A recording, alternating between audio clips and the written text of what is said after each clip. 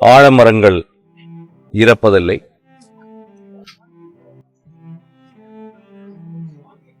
Tamil cinema Hindi படங்களையும்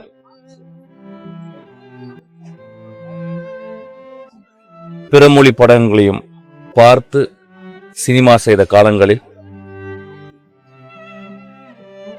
தமிழ் சினிமாவை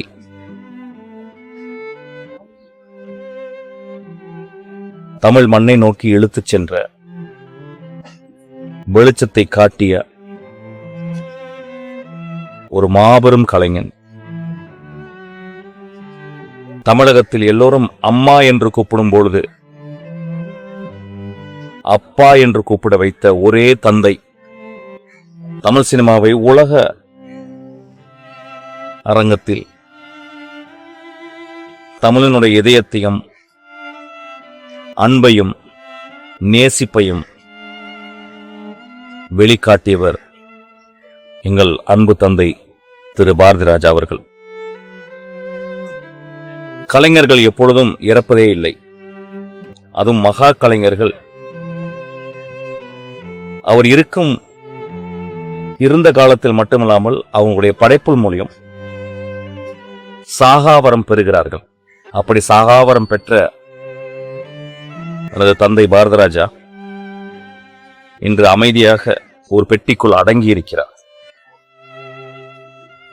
ஒரு பெரிய ஆலமரம் அமைதியாகி படுத்திருக்கிறது. அந்த ஆலமரத்திலிருந்து வந்த விழுதுகளாக பாக்யராஜ், பார்த்திபன், என்னுடைய இயக்குனர், நாங்கள் எல்லோரும் அவர் அந்த மரத்தில் வந்த தொற்றிக்கொண்டு சினிமாவை கற்றுக்கொண்டு இன்று அவர் முன்னே நாங்கள் தலைவணங்கி அவர் கால் தொட்டு நாங்கள் நிற்கிறோம். ஒவ்வொரு முறையும் அவரை பார்க்கும்போது அவற்றிருந்த வேகம், ஒரு மின்னலை போல அவர் மனிதர்களிடம் பழகுவது, மனதில் இருக்கும் எந்த ஒரு விஷயத்தையும் உடனடியாக ஒரு துளி கூட யோசிக்காமல் தன்னை வெளிப்படுத்துவது என்று எல்லா மணித்துளிகளிலும் அவர் கலைஞனாகவே வாழ்ந்தார். என் தாய் தந்தையருக்கு கூட நான் இவ்வளவு கடமைப்பட்டதல்ல.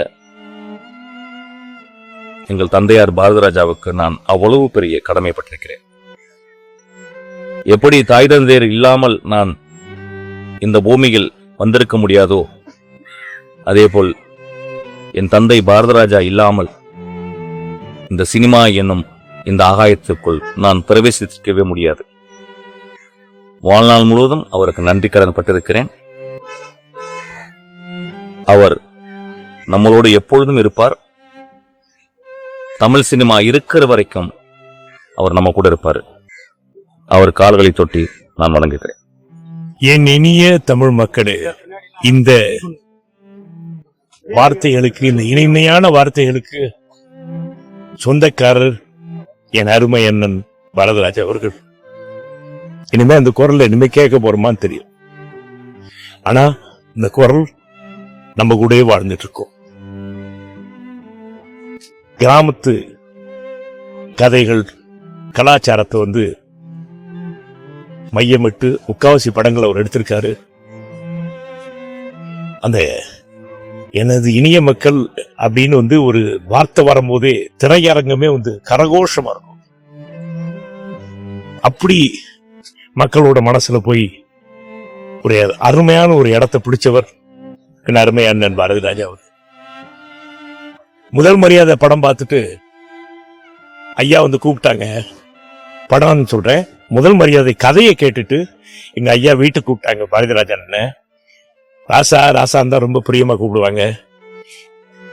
நான் எத்தனையோ படங்கள் பண்ணிட்டேன், எத்தனையோ கலைஞர்கள் கூட, எத்தனையோ டைரக்டர்ஸ் கூட பண்ணியிருக்கேன், நல்ல நல்ல படங்கள்லாம் பண்ணியிருக்கேன். ஆனா என் வீட்டுல இருக்க என் மனைவி கமலா என்ன சொல்றான்னா, நீங்க பாரதி ராஜா கூட நடிச்சாதான் நீங்க ஒரு முழு நடிகர்னு சொல்றாப்பா அப்படின்னா. அந்த அளவுக்கு மக்களோட மனசுல இடம் பிடிச்சாருங்கிறதுதான் என் அண்ணன் பாரதி ராஜாவோட அருமை பெருமை. திரையுலகம் இருக்கிற வரைக்கும் அவர் வாழ்ந்து கொண்டே இருப்பார். என் அருமை தம்பி விஜய் அவர்கள் அரசு மரியாதை பண்ண போறான்னு கேள்விப்பட்டவொன்னு ரொம்ப ரொம்ப சந்தோஷம். திரையுலகத்தின் சார்பாக, எங்கள் அன்னை இல்லத்தின் சார்பாக எல்லாருக்கும் அவரு விஜய் அவர்கள் நன்றி சொல்லி, மற்ற ரசிகர்கள் அத்தனை பேருக்கும், அவரது குடும்பத்தாருக்கு எங்களோட ஆழ்ந்த அனுதாபங்கள் தெரிவிச்சுட்டு விடைபெறுகிறேன். வணக்கம். அண்ணன் பாரதி ராஜாவோட புகழ் ஓங்குக, வாழ்க. வணக்கம். ஐயா இன்னைக்கும் பின்னஸ்ல ஜாதி மதம்லாம் பார்த்தது கிடையாது. இது அழுத்தி சொல்லணும்னு நினைக்கிறேன். ஜாதி மதம் பார்த்தது கிடையாது. திறமையை ஐடென்டிஃபை பண்ணி வளர்த்துருக்காரு. ஸோ ஆக்டர்ஸ் எல்லாம் பிறந்திருக்கிறது ஓகே, அவங்க நல்ல சிறப்பான ஒரு நடிகர் ஆடுறது ஒரு இயக்கறனால தான். இந்த மாதிரி இயக்குறதுனால தான் பல பேர் வாழ்ந்திருக்காரு, சாதிச்சிருக்காரு, உருவாக்கியிருக்காரு பல பேர். ஆத்ம சாந்தி அடையணும். தேங்க்யூ. இன்னைக்கு எல்லாருடைய வாழ்க்கையிலும், அதாவது சினிமா வாழ்க்கையில இன்னைக்கு எல்லாருக்கும் பெரிய ஒரு கருப்பு நாள், பெரிய துக்க நாள். அதாவது சினிமாவே என்னன்னு எனக்கு தெரியாது. நான் ரொம்ப சாதாரண ஒரு குடும்பத்துல பிறந்து வளர்ந்து, என்னை ஒரு மைமிங் பண்ணலான்னு சொல்லிதான் என்னோட வீட்டுல இருந்து ஒரு அங்கிள் கூட்டிட்டு வந்து கலைமணி சார்கிட்ட பழகியப்படுத்தி, அவர் மூலமா எனக்கு என்னுடைய குருநாதர் கிடைச்சு 2 பிதாக்கள். கலைமணி சார் ஃபர்ஸ்ட், 2வது என்னுடைய குருநாதர் பாரதராஜா சார், 3வது பாலச்சந்தர் சார். இந்த 2 படங்களும் அட்ட டைம்ல நான் நடிச்சு இன்னைக்கு இந்த இடத்துல நான் நிக்கிறேன்னா அதுக்கு 2 பிதாக்களும் அவ்வளோ எனக்கு ஒரு ஸ்ட்ராங்கா ஒரு பில்லர் கொடுத்தவங்க. கடலோர கவிதைகள் ஷூட் பண்ணிட்டே இருக்கிற டைம்ல ஒரு 15 days கழிச்சு கவிதாலயில இருந்து போன் வர டைம்ல அவர் சொன்னாரு, எங்க குரு சொன்னாரு, நீ கண்டிப்பா என்னுடைய நண்பன் படத்துல நடிக்கணும்னு. அதுதான் புன்னகை மன்னன். சோ கடலோர கவிதைகளும் சரி, புன்னகை மன்னனும் சரி, எனக்கு சேம் டைம் அவ்வளோ ஒரு பெரிய கிராஃப் கொடுத்தது. இன்னைக்கு இவ்வளோ பெரிய வித்வானோடைய படங்கள் நாங்க பண்ணிருக்காட்டுனா இன்னைக்கு உங்களுக்கு யாருக்குமே தெரிஞ்சிருக்காது. இந்த மோர் தென் 38 இயர்ஸ்க்கு மேல நாங்க இந்த உலகத்துல இருக்கோம், இந்த ஃபீல்டுல இருக்கோம். இன்னைக்கு இத்தனை லாங்குவேஜ் ஆக்ட் பண்ணிருக்கேன்னு சொன்னா என்னுடைய குரு தான் அதுக்கு காரணம். ரொம்ப நாளுக்கு முன்னாடி விஆர் ஹாஸ்பிட்டல் அட்மிட்டா இருந்தாரு. அப்ப என்னை கூப்பிட்டு என்கிட்ட சொன்னாரு, எனக்கு உங்க ஊர்ல எல்லாம் கஞ்சி இந்த மாதிரி சம்மந்தி எல்லாம் பண்ணுவாங்கல்ல, அதை செஞ்சு எடுத்துட்டு வான்னு சொன்னாரு. எடுத்துட்டு போய் பார்த்தேன். என்னை ரொம்ப நல்லா பிளஸ் பண்ணாரு. கரெக்ட் சமயத்துல கல்யாணம் பண்ணிக்கிட்டேன், கரெக்டா குழந்தை பெற்றுக்கிட்டேன், நல்ல பேரோட ரெப்புடேஷனோட இருக்கேன். அது எனக்கு ரொம்ப பயங்கரமா எனக்கு ரொம்ப பிடிச்சது. உங்ககிட்ட you are very discipline and good, ஒரு கேரக்டர்னாலே வெரி இன்னசென்ஸ் அப்படின்னு சொல்லுவாரு. அந்த ஃபர்ஸ்ட் படத்துல எனக்கு ஒண்ணுமே நடிக்க தெரியாது. எங்க டைரக்டர், எங்க குருநாதர் என்னுடைய பிதா என்ன ஆக்ட் பண்ணி காமிச்சாரோ அது ஒரு 5 minutes, ஒரு 10 minutes தான் நான் நடிச்சிருப்பேன்.